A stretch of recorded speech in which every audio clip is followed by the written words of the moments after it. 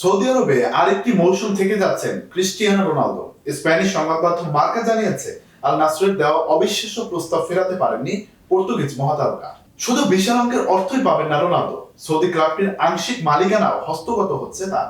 সংবাদ মাধ্যম সেই চুক্তিকে বর্ণনা করছে শতাব্দীর সেরা চুক্তি হিসেবে। আল নাসরের মালিকানা সত্ত্বেও 5% পাচ্ছেন একটা সময় ম্যানচেস্টার ইউনাইটেড, রিয়াল মাদ্রিদ ও জুভেন্টাসের মতো ক্লাবের হয়ে খেলা রোনালদো। ক্লাবটিতে রোনালদোর নিবেদন দেখেই এই সিদ্ধান্ত নিয়েছে মালিক পক্ষ।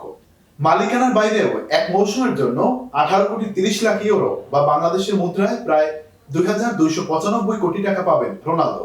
সেই হিসেবে প্রতি মাসে প্রায় 191 কোটি টাকা, সপ্তাহে প্রায় 44 কোটি টাকা, দিনে প্রায় 6,30,00,000 টাকা, ঘন্টায় প্রায় 26 লাখ, মিনিটে প্রায় 43,000 টাকা এবং সেকেন্ডে প্রায় 716 টাকা আয় করবেন। শুধু মালিকানা ও বিশাল অঙ্কের অর্থ দিয়েই নয়, রোনালদোকে ধরে রাখতে তার দেওয়া একটি বিশেষ শর্ত মানতে হচ্ছে আল নাসরকে।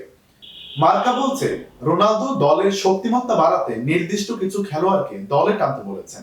তাদের মধ্যে ব্রাজিলিয়ান তারকা কাসিমিরোর নামটা নির্দিষ্ট করেই বলেছে মার্কা। এখন ম্যানচেস্টার ইউনাইটেডে খেলছেন এই মিডফিল্ডার। কাসিমিরো শেষ পর্যন্ত আল নাসরে যদি জানি তাহলে তৃতীয়বার একই ক্লাবে খেলবেন। কাসিমিরো শেষ পর্যন্ত আল নাসরে যদি জানি তাহলে তৃতীয়বার একই ক্লাবে খেলবেন রোনালদোর সঙ্গে। ইউনাইটেডের হয়ে একসঙ্গে খেলে কিছু না জিতলেও রিয়াল মাদ্রিদের হয়ে 4টি চ্যাম্পিয়ন্স লিগ জিতেছেন দুজন। 2022 বিশ্বকাপ শেষে আল নাসরে যোগ দেন রোনালদো। বাণিজ্যিক ও পৃষ্ঠপোষকতার চুক্তি এবং বেতন ভাতা মিলিয়ে 20 কোটি ইউরোয় সৌদি আরবে যান তিনি।